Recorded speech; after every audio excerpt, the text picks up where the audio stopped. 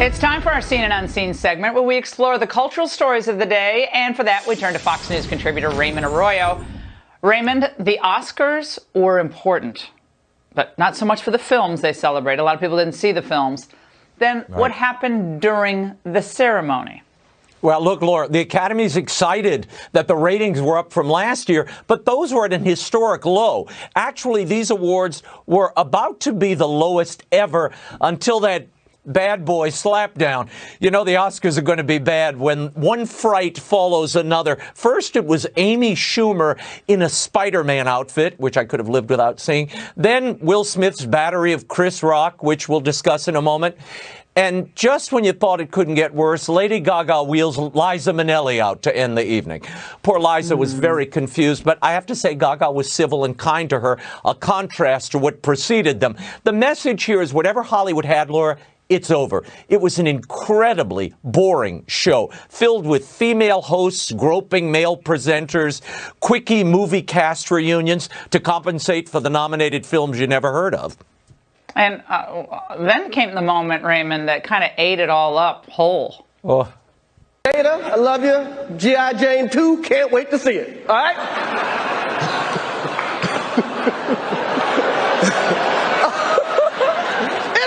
That was a nice one. Okay. I'm out here. Richard. Oh, wow. Wow. Will Smith just smacked the out of me. Keep my wife's name out your mouth. Wow, dude. Yes. It was a G.I. Jane joke. Keep my wife's name out your mouth. I'm going to, okay? Point out that Will Smith initially howled at that joke. Okay, he was laughing.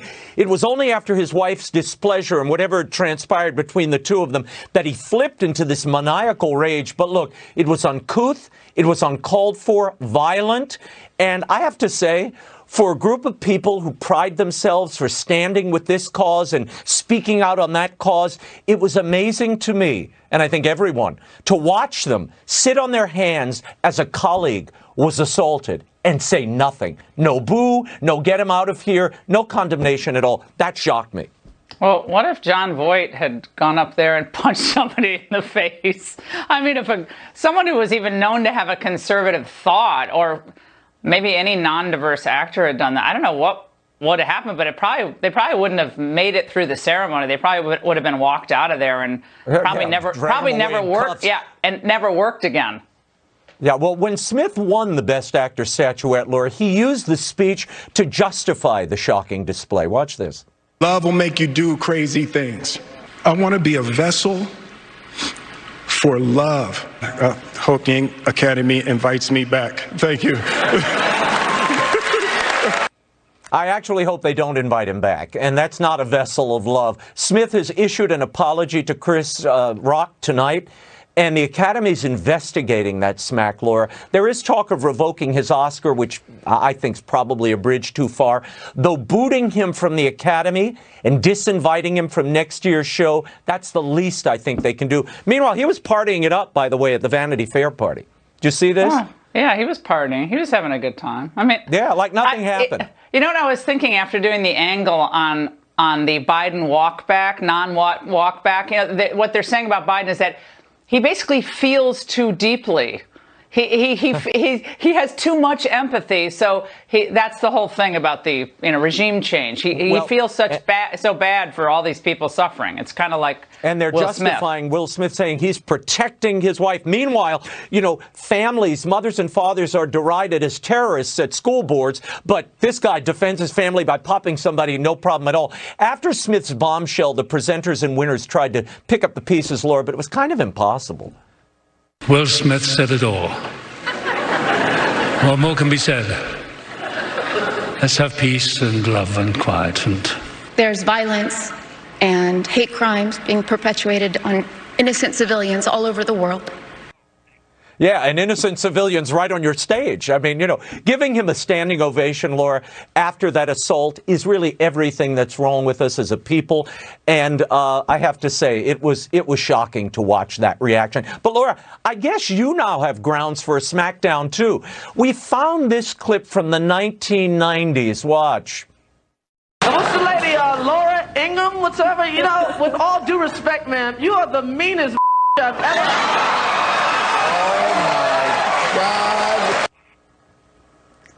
Yeah, that Easy there, Laura. That was 1996 at the Republican convention in San Diego. I think it was one of the first TV appearances I did on another oh no, it was on Politically Incorrect. That's right, it was on Politically Incorrect, Bill Maher's old show. But he kind of does no this violent thing. Reaction. Look which at I'm my happy hair. to see, Laura. Most importantly, look at my outfit. That was tragic. Oh my God, forget what he said. That is shocking to see that after all these years. I'm glad Will Smith never went to a Don Rickles show, Laura. He insulted my pregnant wife, and she took it, and we laughed and had a great time. Comedy's dead. Comedy's dead. Hollywood, for the most part, is dead. Raymond, I'm so upset I fell asleep before the smackdown. Thank you. And while the Hollywood elites keep the Fresh Prince on his pedestal, his friends in the media are actually turning on him for perpetuating a long-held stereotype about black men. Horace Cooper, Vince Ellison are here in moments. Stay there.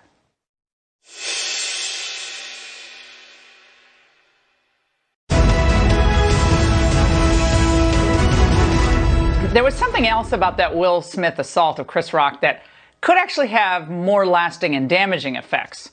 Here was NBC's Craig Melvin.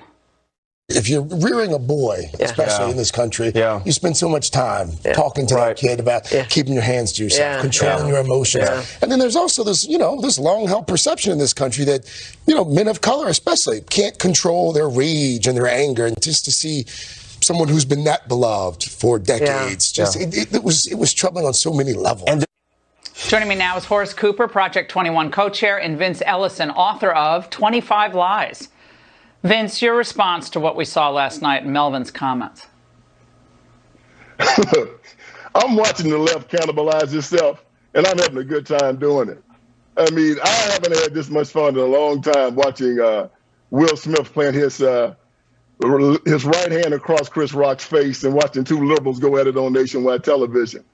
It's just a shame because the Hollywood has been cannibalizing and misogynizing women for a long time. I mean, they've sexualized them, they've brutalized them, they treat them like dogs, especially black women. And to watch these two guys get up there and see this thing go as far as it went. I mean, I've never seen in my life, I never saw another man get on worldwide TV and disrespect another man's ailing wife in his face. Hollywood has taken it too far. Chris Rock took it too far. He got dealt with. And Will Smith took it too far, and now he's getting dealt with. We see this type of violence all the time. You got two things going on here. You got a guy with no respect and a guy with no impulse control. Then you have this collision. But the left is cannibalizing itself. And that's it. All right. Horace, the Today Show mentioned something else about Will Smith's history. It's never about the thing, and I read Will Smith's autobiography, which was amazing, and in the beginning he describes himself as a coward, and I thought that was such a poignant thing to say aloud because he couldn't defend himself when his dad was going through this horrible stuff, and you wonder what this moment had to do. It was going to be the biggest night of his career. Yeah. Horace, his background and his upbringing and the violence in his home made him do it, apparently. The left never gets away from apologizing or normalizing bad behavior. And in this case, they apologized, they normalized, and they racialized it. There's no need for this. When I was a little kid, my grandmother told me, sticks and stones could break my bones, but words could never hurt me. That's a lesson that I have lived for my entire life, and that's a good lesson that Will Smith could also have benefited from. Now, I will just add, it's not actually a cool thing to do to mock people for their medical conditions. I mean, I know we want to do a lot of things for a joke, but we probably could find a lot to laugh about without having to go in that particular direction. Well, Vince, when we think about what's happened to the culture in general, We're seeing on video, Instagram, people beating each other up in airports. And it's like the knockout game, pushing people from behind. We see people getting pushed in front of trains in New York. The most rank violence, which it's glorified on social media. And people say, oh, isn't this terrible, as they watch it again and again and again. And now, two big stars. And Will Smith, beloved, engaging in this conduct. Yeah, this is a harbinger, to see this happen in Hollywood. These people are the people that try to tell us how to be tolerant, how they tell us how to be nice to one another. They want to lecture America all the time about our shortcomings. But then you see this, they're hypocrites. They've always been hypocrites. They always will be hypocrites. And we have to pray for them. And hopefully they will be better. And Vince, I want to jump to Horace on this, because back to that point, though, about that young males, and I think Craig Melvin was talking about young African-American males, feel like this is their stereotype, and they feel like they can't get away from it. And I mean, to the extent I can understand it. And then this is just another, it seems it's a slap in the face to them. People are trying to do a good job every day and work hard. And then this. Do you know what the most adult and responsible thing that could have happened last night? That would have been if Will Smith heard this joke or this comment and he found it offensive, he and his wife could have immediately stood up and walked out of the assembly. When they called his name to announce that he had actually won an Oscar and he wasn't there, someone would have to explain that that offensive joke created this problem.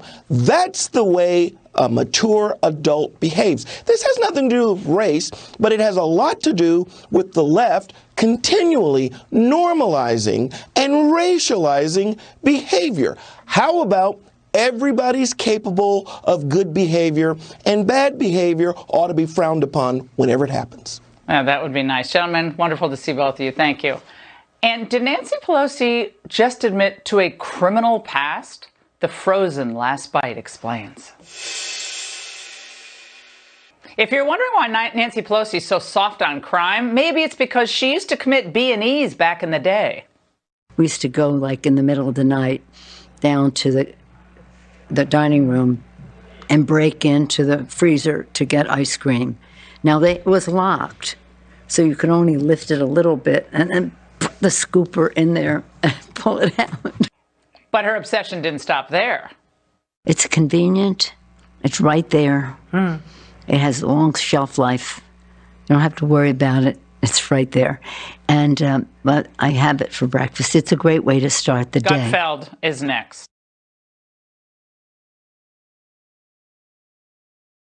It would have been more appropriate for Mr. Trudeau, Prime Minister of Canada, to address this House according to Article 144, an article which was specifically designed to debate violations of human rights, democracy and the rule of law, which is clearly the case with Mr. Trudeau.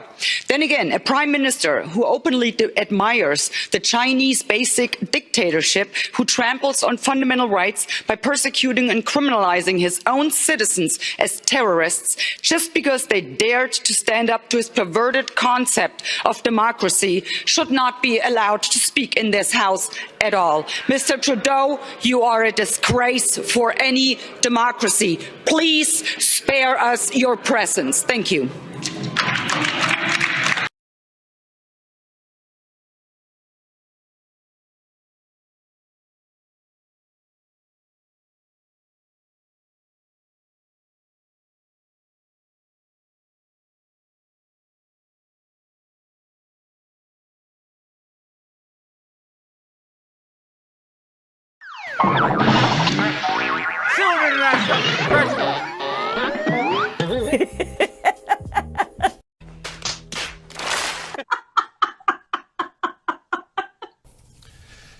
Please clap.